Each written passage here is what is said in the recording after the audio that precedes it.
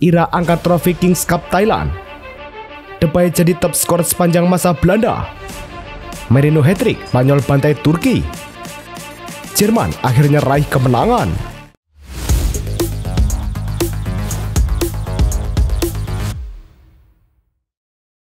Halo Soccer Mania, kembali lagi di Blessing Soccer News. Kali ini kami sudah siapkan berita-berita terbaru seputar dunia sepak bola. Tentunya untuk kalian semua, selamat menyaksikan.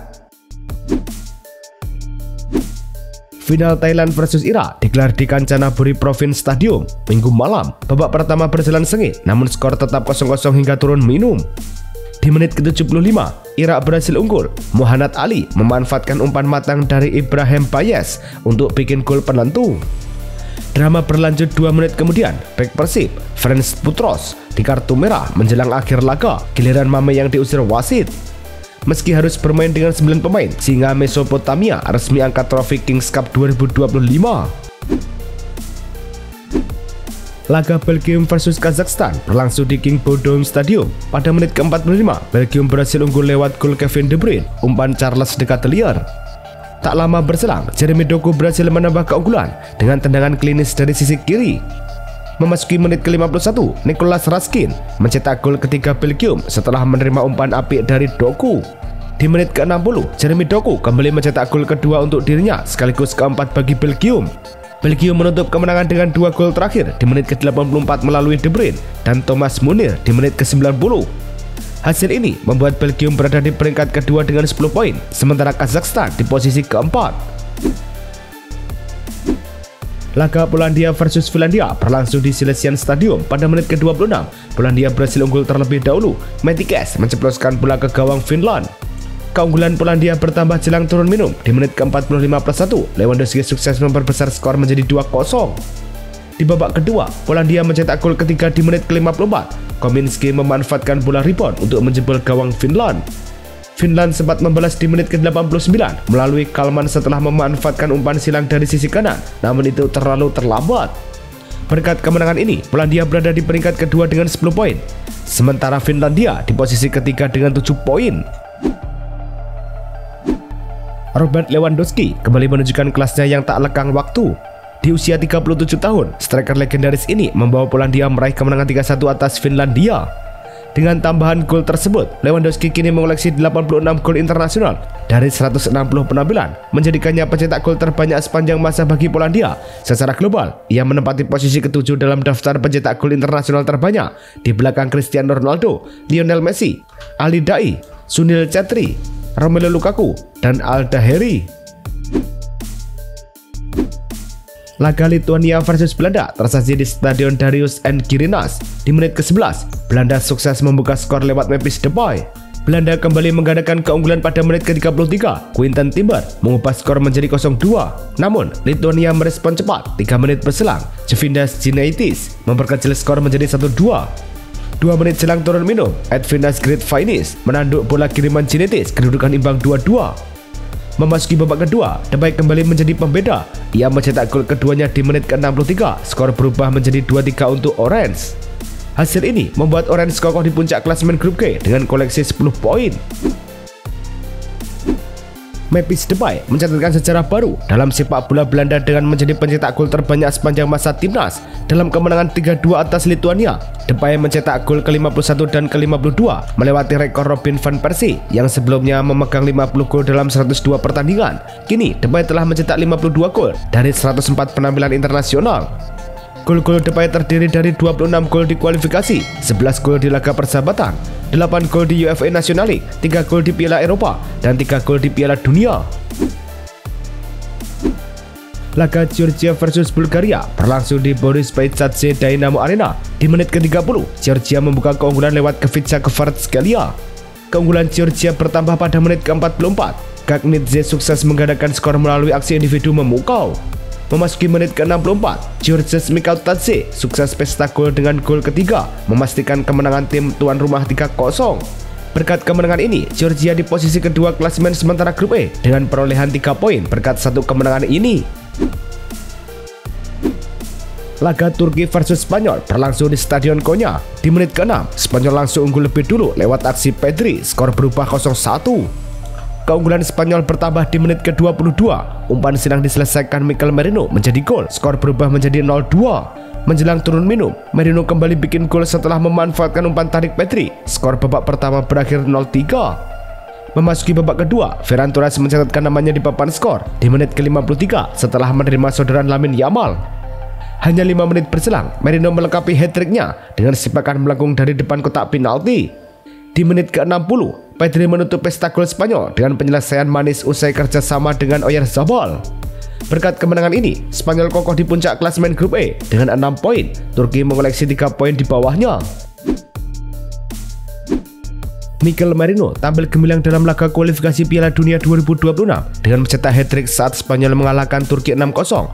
Gol-golnya membawa total koleksinya menjadi 6 gol dalam 6 pertandingan bersama La Roja sepanjang tahun ini, menjadikannya gelandang Eropa dengan gol terbanyak di level internasional pada 2025. Aksi gemilang Merino memuncak saat ia mencetak hat-trick, menjadi gelandang kedua dalam 15 tahun terakhir yang berhasil melakukan itu untuk timnas Spanyol setelah Isco Alarcon melawan Argentina pada Maret 2018. Laga Jerman versus Irlandia Utara berlangsung di Rhein-Energie Stadium. Di menit ke-9, Jerman berhasil unggul terlebih dahulu. Serge Gnabry menaklukkan Bailey Pacok Farrell. Irlandia Utara menyamakan kedudukan di menit ke-34. Isaac Priest melepaskan tembakan voli yang bersarang di gawang Jerman. Jerman di menit ke-69 kembali unggul. Bola mengarah ke Nadim Amiri yang tak terkawal dan sukses membobol gawang. 3 menit berselang, Florian Wirtz menambah keunggulan Jerman lewat tendangan bebas indah. Skor menjadi 3-1. Hasil ini membuat tim besutan Julian Nagelsmann berada di peringkat ketiga dengan 3 poin, sama dengan Irlandia Utara di posisi kedua. Presnel Kimpembe resmi meninggalkan Paris Saint-Germain setelah 20 tahun berkarir di klub tersebut. Pemain bertahan asal Prancis berusia 30 tahun ini telah menandatangani kontrak permanen dengan Qatar Sport Club, klub yang juga berada di bawah naungan Qatar Sport Investment yang memiliki PSG. Setelah hampir 2 tahun absen akibat cedera tendon Achilles, Kimpembe kembali bermain pada Februari 2025 dan tampil dalam 5 pertandingan. Kini, Kimpembe memulai babak baru dalam karirnya bersama Qatar FC, menandai akhir dari perjalanan panjangnya di PSG.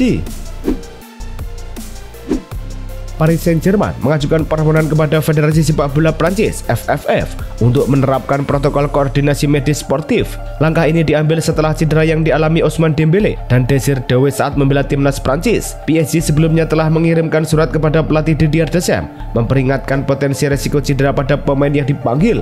Klub berharap protokol baru ini akan memastikan komunikasi yang lebih baik antara staf medis klub dan tim nasional, serta penanganan yang lebih hati-hati terhadap pemain yang sedang dalam perawatan. Pelatih Prancis Didier Deschamps memutuskan untuk tidak menurunkan Bradley Barcola dalam laga kualifikasi Piala Dunia 2026 melawan Islandia. Keputusan ini diambil setelah Paris Saint-Germain mengkritik cedera yang dialami Ousmane Dembélé dan Désiré Doué saat membela timnas Prancis. PSG menuding staf medis timnas tidak berkoordinasi dengan baik, sehingga menyebabkan cedera serius yang sebelumnya dapat dihindari. Sebagai respon, Deschamps memilih untuk memberi waktu istirahat kepada Barcola demi mencegah kebugaran pemain dan mencegah cedera lebih lanjut. Bayer Leverkusen bergerak cepat mencari pelatih kepala baru setelah pemecatan Erik ten Hag. Klub berencana menunjuk pengganti sebelum Rabu mendatang agar pelatih baru memiliki waktu persiapan tim menghadapi Eintracht Frankfurt pada Jumat. Menurut jurnalis Sky Sport, Patrick Berger, pelatih timnas Denmark Kasper Hjulmand kini menjadi kandidat utama. Pembicaraan dengan pria berusia 53 tahun tersebut sudah berlangsung intens meski kesepakatan belum final. Hjulmand dikenal setelah membawa Denmark melaju ke final Euro 2020. AC Milan kini menghadapi perubahan besar setelah kepergian Luka Jovic yang meninggalkan klub sebagai agen bebas pada Juni 2025. Kepergiannya membuat Rossoneri tidak memiliki pemain dengan nomor punggung 9 untuk pertama kalinya dalam lebih dari 1 abad. Nomor ikonik ini pernah dikenakan oleh legenda seperti Gunnar Nordahl dan Marco van Basten. Namun, belakangan dianggap terkutuk karena sejumlah pemain gagal memenuhi ekspektasi. Keputusan Milan untuk tidak segera mengisi nomor 9 menunjukkan pendekatan hati-hati dalam memilih pengganti yang tepat. Striker Napoli, Romelu Lukaku, diperkirakan baru akan kembali bermain pada Desember mendatang setelah mengalami cedera hamstring serius saat laga persahabatan pramusim melawan Olympiakos pada Agustus lalu. Sebelumnya, diperkirakan Lukaku akan kembali pada November, namun hasil pemeriksaan terbaru menunjukkan bahwa proses pemulihan memerlukan waktu lebih lama. Pihak klub Napoli menekankan pentingnya pemulihan penuh agar Lukaku dapat kembali dengan kondisi terbaiknya. Untuk mengisi kekosongan tersebut, Napoli tengah merekrut Rasmus Højlund dan mendatangkan Lorenzo Luca. Gelandang Juventus Khéphren Thuram menegaskan komitmennya untuk bertahan di Turin meski mendapat tawaran menggiurkan dari luar. Menurut laporan Tutomir 1, klub-klub besar dari Liga Pro Saudi dikabarkan siap membayar antara 40 juta euro hingga 50 juta euro untuk memboyong Thuram. Namun, pemain asal Prancis ini menolak tawaran tersebut dengan tegas, menyatakan bahwa ia merasa bahagia dan nyaman di Juventus. Selain itu, Paris Saint-Germain juga sempat menghubungi Juventus untuk menanyakan ketersediaan Thuram. Namun, baik klub maupun pemain menutup kemungkinan transfer tersebut. Pemain bertahan asal Italia, Cristiano Piccini, resmi mengumumkan pensiun dari dunia sepak bola profesional pada usia 32 tahun. Keputusan ini diambil setelah ia mengalami kesulitan dalam mendapatkan waktu bermain yang konsisten sejak tahun 2024. Karir Piccini paling dikenal melalui masa baktinya di Real Betis dari tahun 2014 hingga 2017, di mana ia tampil dalam 58 pertandingan dan membantu tim meraih gelar La Liga 2. Selain itu, ia juga pernah bermain di klub-klub seperti Fiorentina dan Valencia. Eric Garcia, bek Barcelona berusia 25 tahun, dilaporkan akan menandatangani kontrak baru yang mengikatnya hingga Juni 2030 sebelum Natal mendatang. Menurut laporan Sport, kesepakatan ini diharapkan selesai tanpa hambatan. Garcia telah menjadi pemain inti di bawah asuhan Hansi Flick, tampil dalam 3 pertandingan pertama musim ini dan menunjukkan performa yang solid. Peran fleksibelnya, baik sebagai bek tengah maupun bek kanan, membuatnya semakin dipercaya oleh pelatih dan manajemen klub. Setahun lalu, masa depannya sempat diragukan, namun ia berhasil membuktikan kualitasnya. Gelandang Barcelona Frenkie de Jong diragukan tampil dalam pertandingan melawan Valencia pada 14 September mendatang. Menurut laporan dari situs resmi klub, De Jong tengah menjalani pemulihan dari ketidaknyamanan pada otot gluteus yang dialaminya saat membela timnas Belanda melawan Polandia. Setelah kembali ke Barcelona, ia hanya menjalani latihan individu dan perawatan di Ciudad Esportiva Joan Gamper tanpa evaluasi medis formal. Pelatih Hansi Flick menegaskan bahwa keputusan mengenai ketersediaan De Jong akan ditentukan pada Senin dengan pertimbangan kondisi fisiknya. Gelandang muda Barcelona Gavi dijadwalkan menjalani pemeriksaan mendalam pada lutut kanannya hari ini setelah merasakan ketidaknyamanan berkelanjutan. Pemain berusia 21 tahun ini sebelumnya absen selama 11 bulan akibat cedera serupa dan operasi lutut. Meskipun ligamen anteriornya tetap utuh, Barcelona ingin mengetahui penyebab masalah berulang yang kembali membuatnya absen. Pelatih Hansi Flick mengawasi perkembangan Gavi dengan cermat, berharap hasil pemeriksaan hari ini dapat memberikan kabar baik dan memungkinkan sang gelandang kembali berkontribusi maksimal di lini tengah Barcelona. Jude Bellingham dilaporkan telah kembali mengikuti sesi latihan Real Madrid setelah absen akibat cedera bahu panjang. Menurut Marca, gelandang berusia 22 tahun ini menjalani operasi pertengahan Juli dan kini menunjukkan pemulihan lebih cepat dari perkiraan 3 bulan awal. Meski absen dari kualifikasi Piala Dunia Inggris bulan ini, keputusan Bellingham ke lapangan latihan menjadi kabar positif bagi Madrid yang telah kehilangan bintang mereka sejak awal musim. Pada musim 2024-2025, Bellingham mencatat 9 gol dan 9 assist dalam 31 penampilan di La Liga.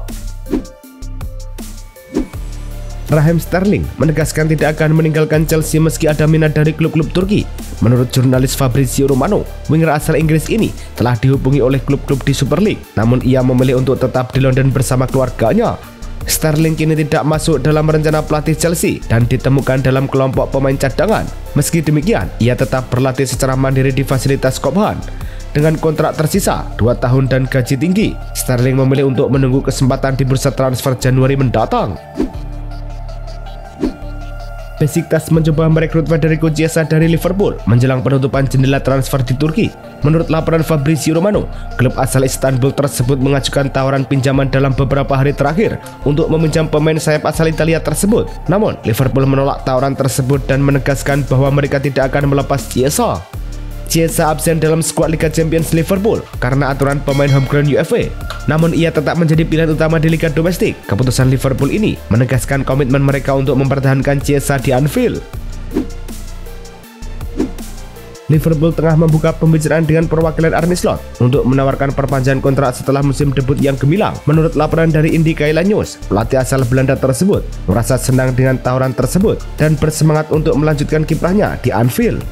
Slot yang bergabung pada musim 2024-2025 berhasil membawa Liverpool meraih gelar juara Premier League. Kontraknya saat ini berlaku hingga 2027 dengan nilai 6,6 juta pound sterling per tahun. Tawaran baru ini diperkirakan akan lebih menguntungkan, mencerminkan kesuksesan tim di lapangan. Klub Liga Turki Eyüpspor dilaporkan telah mengajukan tawaran resmi untuk meminjamkan bek kiri Manchester United, Tyrell Malaysia, hingga akhir musim. Menurut laporan dari Straty News, Malaysia yang berusia 26 tahun telah lama tidak masuk dalam rencana pelatih Ruben Amorim dan bahkan dimasukkan dalam daftar pemain cadangan klub. Kesepakatan ini masih dalam tahap pembicaraan dan belum diputuskan apakah akan ada opsi pembelian di akhir masa pinjaman. Langkah ke Turki bisa menjadi kesempatan bagi Malaysia untuk kembali bermain reguler dan menghidupkan kembali karirnya. Kiper Manchester United Andre Onana akan bergabung dengan klub Turki Trabzonspor dengan status pinjaman hingga Juni 2026. Kesepakatan ini diumumkan oleh jurnalis Fabrizio Romano melalui akun Twitternya, menyatakan bahwa semua kontrak telah ditandatangani oleh pihak pemain dan kini menunggu persetujuan dari Trabzonspor serta jadwal keberangkatan pekan depan. Meskipun tidak ada opsi pembelian atau biaya pinjaman dalam kesepakatan ini, Onana diperkirakan akan menerima kenaikan gaji selama masa peminjaman di Turki berkat klausul dalam kontrak yang menguntungkan.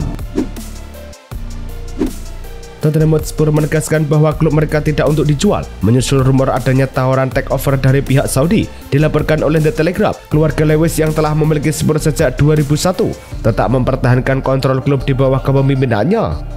Matt Law menambahkan Amanda Stalevi yang sebelumnya terlibat dalam takeover Newcastle diperkirakan akan mengeluarkan pernyataan resmi terkait niatnya terhadap Spurs. Pernyataan ini memperkuat sikap klub untuk tetap independen dan menjaga stabilitas di tengah spekulasi pasar. Itulah tadi kumpulan berita-berita terbaru dari kami. Simak terus berita-berita terbaru lainnya dan jangan lupa like, komen, dan juga subscribe.